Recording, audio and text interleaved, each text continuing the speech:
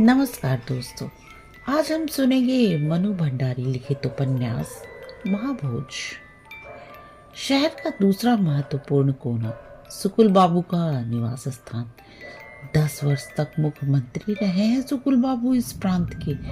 बिना किसी बाधा व्यवधान के एक छत्र राज था उनका।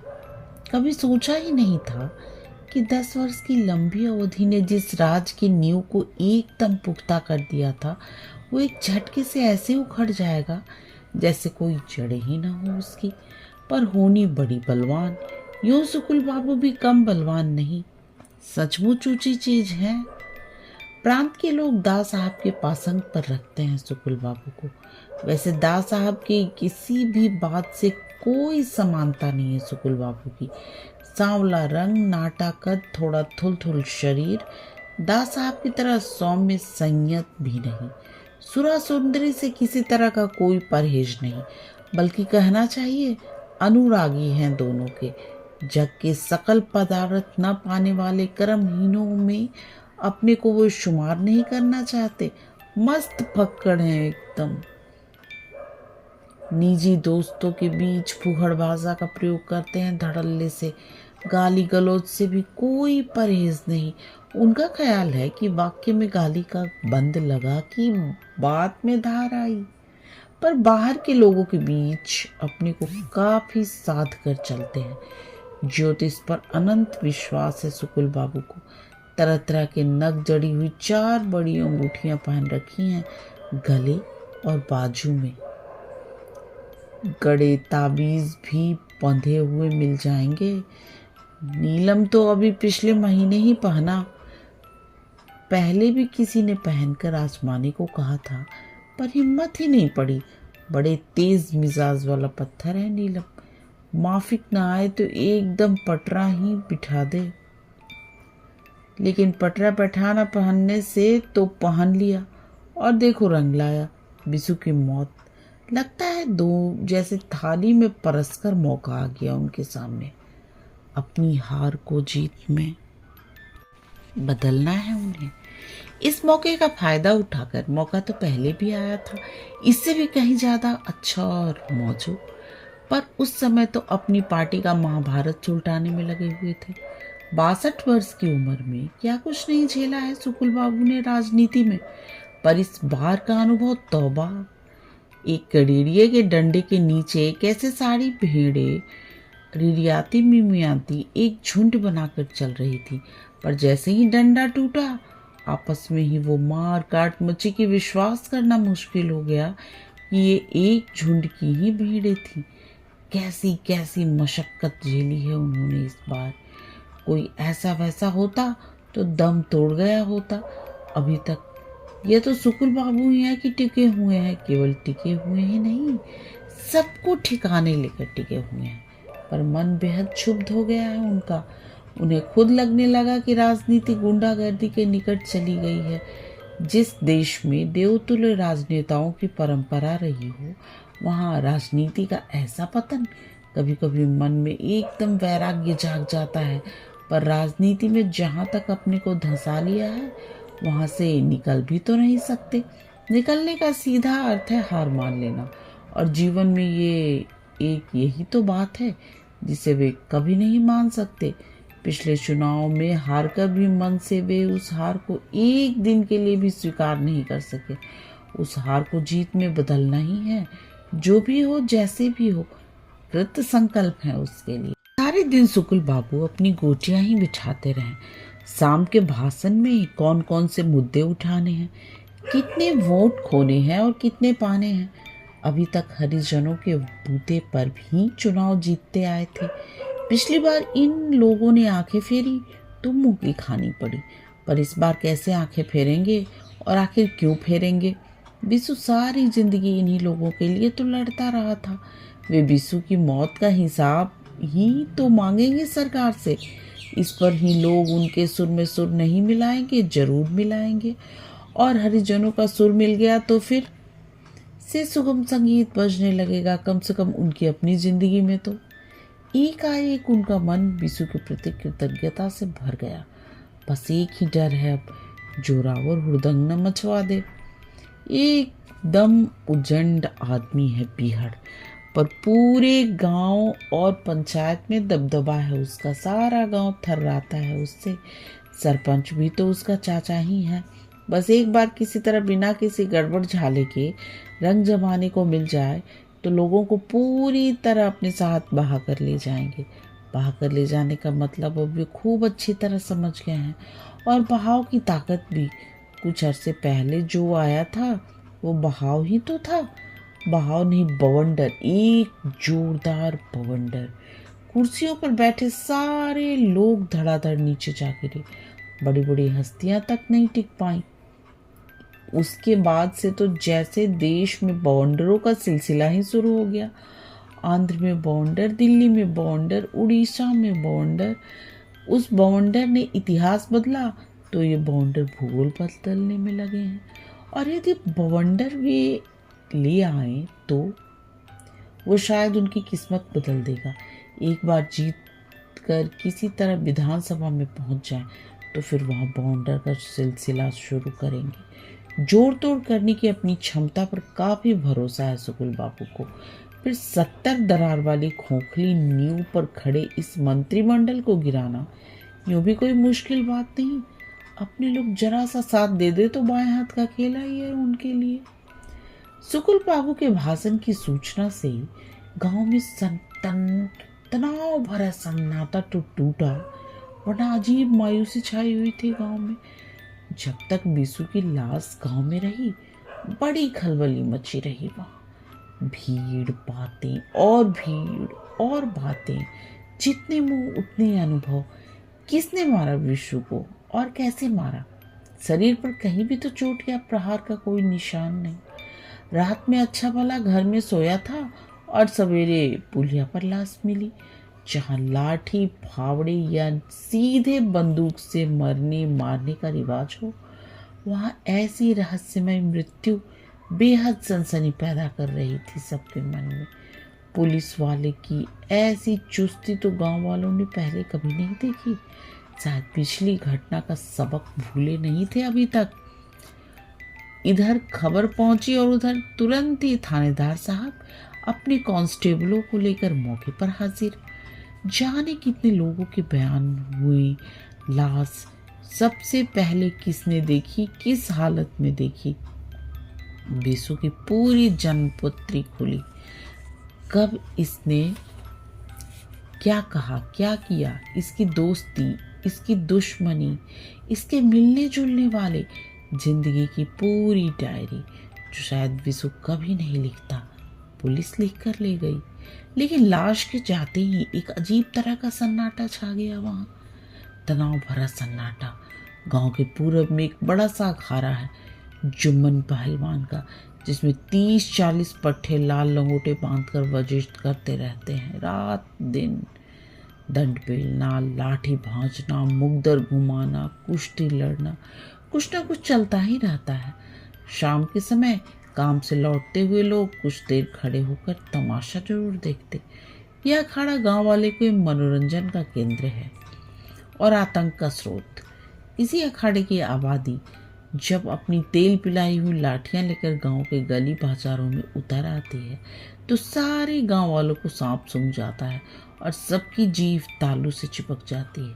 जैसे ही बिसु की लाश चीड़ फाड़ के लिए शहर गई, अखाड़े की ये लठैत गश्त लगाने लगे गांव में। उसके बाद लोगों के मुंह से आहे भले ही निकलती रही हो, बात नहीं निकली।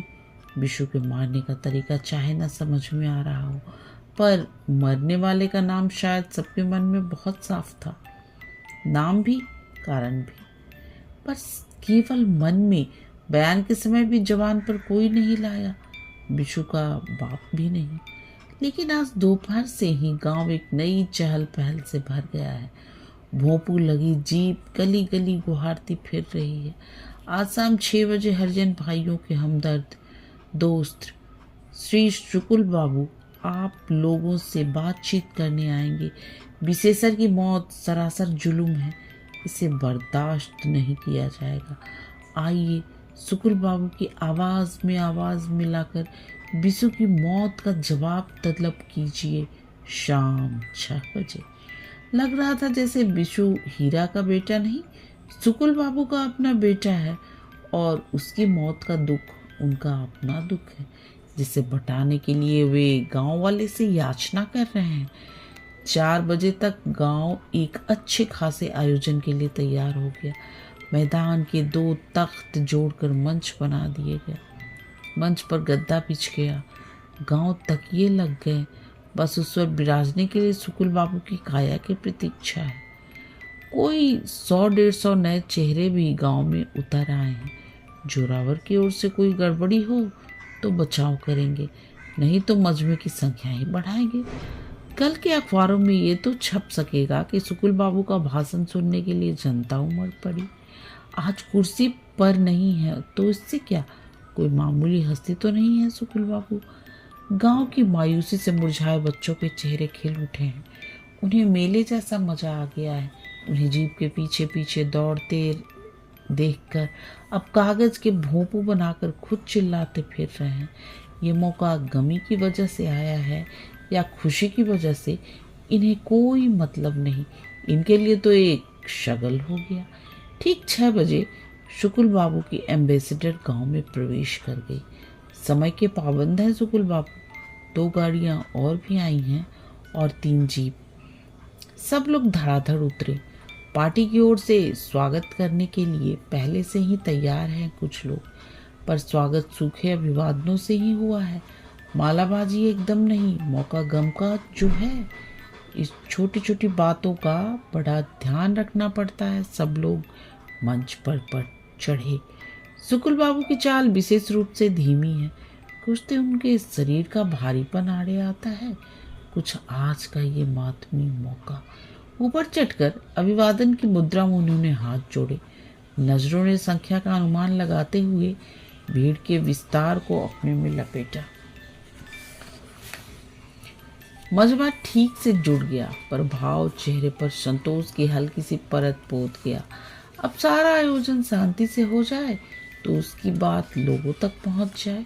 इस घटना से लोगों के दिमाग जरूर उस जमीन जैसे हो रहे होंगे जो वर्षा के स्पर्श मात्र से फूट पड़ने को तैयार रहती है। आज वे ऐसी वर्षा करके जाएंगी कि फसल उनके हिस्से में ही पड़े।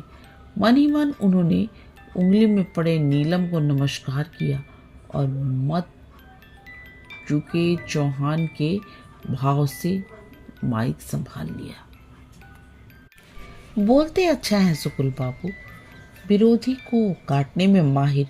गला साफ करके आवाज को साध कर उन्होंने बोलना शुरू किया।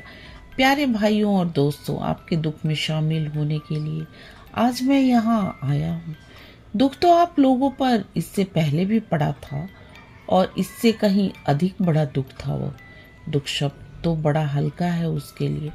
सरेआम इतना जुल्म, ऐसा अमानुषिक अत्याचार सुना था तो दिल मिला गया था भीतर ही भीतर, और आज तक किसी को कोई सजा नहीं हुई। क्षणिक विराम। क्या दोष था इन हरिजनों का? यही ना कि सरकारी रेट पर मजदूरी मांग रहे थे। गुनाह था यह? पर शायद था। तभी तो जिंदा जला दिए गए, और जिन्होंने जलाया उन पर कोई उंगली उठाने वाला तक नहीं। बेचारे बिशु ने उंगली उठाने की कोशिश की तो हमेशा के लिए चुप कर दिया गया उसे। अब होगी किसी की हिम्मत जो चुप ही कर जाए? हो ही नहीं सकती। पुलिस गवाही लेने आई तब भी किसी की हिम्मत नहीं हुई कि सच कह दे। जानते हैं, सच बोलते ही गला दबा दिया जाएगा, और जहां सच का ही गला दबता हो वहां न्याय की उम्मीद की जा सकती है। भूल जाइए कि वो आपको कभी न्याय मिलेगा। अपनी बात की प्रतिक्रिया जानने के लिए शुक्ल बाबू ने मजमे की ओर देखा, पर मजमा चुप बैठा था, सूने सपाट चेहरे लिए। शुक्ल बाबू ने बात आगे बढ़ाई। बयान लेने का नाटक तो हो ही गया, और इस बार बहुत मुस्तैदी से भी हुआ। अब मामला गहरी छानबीन के लिए ऊंचे अफसरों के हाथ में सौंप दिया जाएगा, जो कभी किसी नतीजे पर पहुंचेंगे ही नहीं। कम से कम चुनाव तक तो नहीं पहुंचेंगे। आप लोग मरे या जिए, उन्हें तो चुनाव जीतना है हर हाल में, और चुनाव जीतने के लिए गांव के धनी किसानों के वोट भी चाहिए, और पैसा भी। इसलिए अभी उनकी हर ज्यादती पर, अन्याय पर पर्दा डाला जाएगा, उन्हें बचाया जाएगा। इसलिए अच्छी तरह जान लीजिए कि इस हत्या के लिए कुछ नहीं होने जा रहा है। कौन करेगा पंचायत इनकी, पुलिस इनकी, और अब तो विश्वास हो गया आपको भी कि सरकार भी इन्हीं की है। तब कौन लड़ेगा आपकी लड़ाई? आपको न्याय दिलाने के लिए, आपका हक दिलाने के लिए कौन आएगा? सुकुल बाबू ने तैश में लिपटा हुआ प्रश्न मजमे की ओर उछाल दिया, इस उम्मीद से कि भारी प्रतिक्रिया होगी उनकी बात की, या कि उनके नाम के नारे ही लग जाएं, पर वैसा कुछ हुआ ही नहीं। बस एक कोने से बड़ी रिरियाती सी आवाज आई, का बताई हमार दुख मूला कोई नहीं जानता। कि तभी बगल से खड़े आदमी ने हाथ की लाठी को जमीन पर ठोका तो वह रिरियाती आवाज भी डूब गई। तब सुकुल बाबू ने आवाज की और भी ऊंचा चढ़ाकर चेतावनी देते हुए कहा, गांठ बांध लीजिए कि यह सरकार आप लोगों के लिए कुछ नहीं करने जा रही है।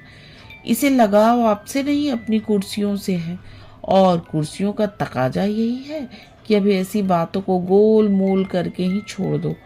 कुर्सी और इंसानियत में बैर है। इंसानियत की खाद पर ही कुर्सी के पाए अच्छी तरह जमते हैं। मजमे में एक सिरे पर जहां नए नए चेहरे वाले लोग बैठे थे, तालियां बजने लगी। शांत रहिए, जरा जरा से शोर के लिए सुकुल बाबू ने ऐसे कहा जैसे भारी शोर मच रहा हो। फिर अपनी बात जारी रखते हुए कहा, चुनाव जीतने के लिए सारा जोर लगा दिया है सरकार ने, पर मैं पूछता हूँ क्यों? मैं तो हारा हुआ आदमी हूँ, मुझसे भला कैसा डर?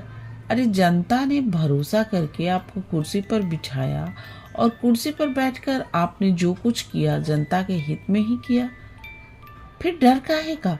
काहे सफेद को काला और काले को सफेद करने में लगे हो? क्षणिक विराम। इस हारे हुए सुकुलवा से डरने की जरूरत नहीं, पर भगवान से जरूर डरो। इन बेजुबान बेगुनाहों पर इतना जोर जुलूम मत करो।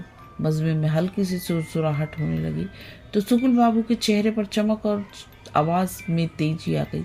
मैं मानता हूँ कि हमसे गलतियां हुई, आपने दिखा दी और हमने मान ली, क्योंकि जनता कभी गलती नहीं करती। इस सरकार ने आपकी सुख, शांति, उन्नति, समृद्धि के लिए बड़े बड़े आश्वासन दिए। हम आश्वस्त हुए, क्योंकि जनता के कल्याण में ही हमारा सुख है। सभा एकदम स्तब्ध। सच मानिए, यदि लगता कि इस सरकार के हाथों आपका भला ही भला होना है, तो आज आप लोग मुझे यहाँ कभी नहीं पाते। इस सत्कार में दास साहब का सहयोगी न बनकर विरोधी बनूं, इतना नीच नहीं हूँ, पर बातें कुछ और काम कुछ। दिन दहाड़े के इन जुलूम को चुपचाप बर्दाश्त कर लूं, इतना गया गुजरा भी नहीं हूँ। क्षणिक विराम। ये मत सोचिए कि मैं यहाँ आपसे वोट मांगने आया हूँ। ये बार हारने के बाद अब हार जीत का अंतर ही मिट गया मेरे लिए। हाथ में लाठी लिए कोई 25-30 आदमी मजमे में इधर उधर बिखरे हुए थे। उन्हीं में से एक बोला, तो कौन हकीम बोले खड़ा रहा खड़े होने को? सुकुल बाबू सिट पिटाया नहीं, तुरंत ही जवाब पकड़ाया, तैश के साथ खड़ा हुआ हूँ आप लोगों के हक की लड़ाई लड़ने के लिए, बिशु की मौत का हिसाब पूछने के लिए। बात केवल बिशु की मौत की नहीं है, ये आप सब लोगों के जिंदा रहने का सवाल है, अपने पूरे हक के साथ जिंदा रहने का। ये मौत कुछ हरिजनों की हो या एक बिशु की नहीं, आपकी जिंदा रहने के हक की मौत है। आपका यह हक जरा से स्वार्थ के लिए गांव के धनी किसानों के हाथों बेच दिया गया है, और यही हक मुझे आपको वापस दिलवाना है। जुल्म ने आप लोगों के हौसले तोड़ दिए हैं, इसलिए मैं लड़ूंगा आपकी ये लड़ाई, आखिरी दम तक लड़ूंगा। आप लोग साथ देंगे तो भी, नहीं देंगे तो भी। सुकुल बाबू जिंदाबाद, हरिजनों के हमदर्द जिंदाबाद। उसी कोने में नारे लगने लगे। बाकी लोग नारे लगाने के बजाय नारे लगाने वालों को देखते रहे और लठधारी अपनी अपनी लाठियां जमीन पर ठकठकाते रहे। पर मजमे में अब काफी सरगर्मी फैल गई और लोगों के चेहरे पहले की तरह सुने और सपाट नहीं रह गए। शुक्ल बाबू ने आवाज और अदा बदलकर बड़ी नाटकीय मुद्रा में कहा, आप लोग मुझसे नाराज हुए, हक था आपका, पर बदले में मैं भी नाराजगी दिखाता तो गुनाह होता मेरा। कैसे भूल सकता हूँ कि 10 साल तक आप लोगों का होकर रहा हूँ, आप लोगों के लिए रहा हूँ। हक है आप लोगों का मुझ पर, और अब हक अदायगी का अवसर आया है तो ये सुकुलवा चूकेगा नहीं। चूके तो जूते मारिए उसके मुंह पर। क्षणिक विराम। मुझे दास साहब से न्याय मांगना है, बातें और आश्वासन नहीं। 9 आदमियों को मारने वाला मुजरिम चाहिए, बिसु को मारने वाला हत्यारा चाहिए। तब ये कोने से कुछ गोलमाल होने का। बात कुछ ठीक से समझ में नहीं आई। उससे पहले ही दूसरे कोने से फिर नारे लगने लगे, और धांधली नहीं चलेगी, नहीं चलेगी, शुकुल बाबू जिंदाबाद। और तय हुआ कि अगले सप्ताह ही कोई दिन तय करके एक जुलूस दास साहब के यहाँ जाएगा, जिसका नेतृत्व शुकुल बाबू करेंगे। मजमा उखड़ने तक लोगों में काफी उत्तेजना आ गई थी, और शुकुल बाबू को लगा कि उनका तालमेल लोगों के साथ बैठ गया। बड़े संतुष्ट और गदगद से शुकुल बाबू गाड़ी में बैठे। उनके सहयोगी बिहारी भाई ने कहा, आखिर आपने रंग जमा ही दिया शुकुल बाबू। शुकुल बाबू का मन फिर आंकड़ों में उलझ गया। जोरावर वाले दल के वोट तो गए, करीब 45% वोट हैं जोरावर के, एकदम बंधे बधाए, एक नहीं फूटने का उनमें से। अब बचे हुए सारे वोट अपने पक्ष में करने पड़ेंगे, तब बात बनेगी। पर इन नीची जाति वालों का कुछ भरोसा नहीं, घेर घार कर लाने पर भी कुछ तो वोट देने आएंगे ही नहीं, और जो आएंगे उनका कब रुख बदल जाए और वे फूट लें, कुछ ठीक नहीं ससुरों का। अब सारे हरिजन और बिसु की जात वाले एकजुट होकर शुकुल बाबू के साथ नहीं आए तो बहुत महंगा पड़ जाएगा यह भाषण। और शुकुल बाबू को लगने लगा कि गांव वालों की ओर से जैसी प्रतिक्रिया होनी चाहिए थी वैसी हुई नहीं। उनकी पार्टी के लोग ही थे जो थोड़ी गर्माहट फैलाए हुए थे, बाकी लोग तो दबे सहमे से ही बैठे रहे। लाठियां लिए 10-20 लोग जो दिखाई दे रहे थे जरूर जोरावर के आदमी रहे होंगे। उन्होंने अपनी ओर से कोई गड़बड़ नहीं की, पर माहौल को गर्म भी नहीं होने दिया। इससे तो साले कुछ कर देते। खलबली सी मचती और मजमे का रुख अपने आप उनकी तरफ हो जाता। लगता है आतंक तगड़ा है जोरावर का, वरना अपने हित की बात पर भी ऐसे बेजार से होकर बैठे रहते। इतने बॉडम तो अब नहीं रहे गांव वाले, बल्कि कहना चाहिए शहरियों के भी कान काटने वाली चतुराई आ गई है उनमें आजकल। पिछले साल इन्हीं के कान काट कर रख दिए थे उन्होंने उनकी अपनी हथेली पर। एकाएक कुछ ख्याल आया। शुकुल बाबू की ड्राइवर से बोले, गाड़ी वापस घुमाओ। गाड़ी रुकी तो ड्राइवर ने पूछा, किधर चले? बिसु के घर तो गए ही नहीं, उसका बाप तो सभा में नहीं आया होगा शायद, और आया भी हो तो घर जाकर मिलने और दिलासा देने का और ही असर होता है। गांव वाले तो इन छोटी छोटी बातों पर बिक जाते हैं बेचारे। गाड़ी वापस आई देखकर बिखरे मजमे को के कुछ लोग शुकुल बाबू के इर्द गिर्द जमा हो गए। 2 लठायत भी मजमे के साथ आ खड़े हुए, वैसे चुपचाप, पर उनके तेवर पर एक प्रश्न बहुत साफ लिखा हुआ था। घंटे भर बकवास कर ली, अब और क्या बाकी रह गया है जो फिर पलट आए। लेकिन जब शुकुल बाबू की मंशा मालूम हुई तो दल शुकुल बाबू के साथ चल पड़ा। गाड़ी जाने का सवाल ही नहीं था उस रास्ते पर, सो पद यात्रा करनी पड़ी। जुलूस के रूप में सब हीरा के घर पहुंचे, पर बेकार हो गया जाना। घर पर केवल 2 बच्चे ही मिले। पूछने पर बोले, दद्दा और माँ शहर गए हैं, दोपहर से ही, रात में लौटेंगे। शहर? किसके साथ? क्यों? एकाएक ढेर सारी शंकाएं उभर गईं शुकुल बाबू के मन में। कहीं दास साहब ने ही ना बुलवा लिया हो। इधर भाषण ही देते रह गए और उधर उन्होंने दूसरी ही घुट्टी पिला दी हो।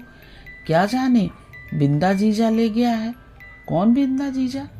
रुकमा जीजी वाला। खैर, पूछताछ करने पर मालूम हुआ कि बिंदेश्री बीसू का खास दोस्त है।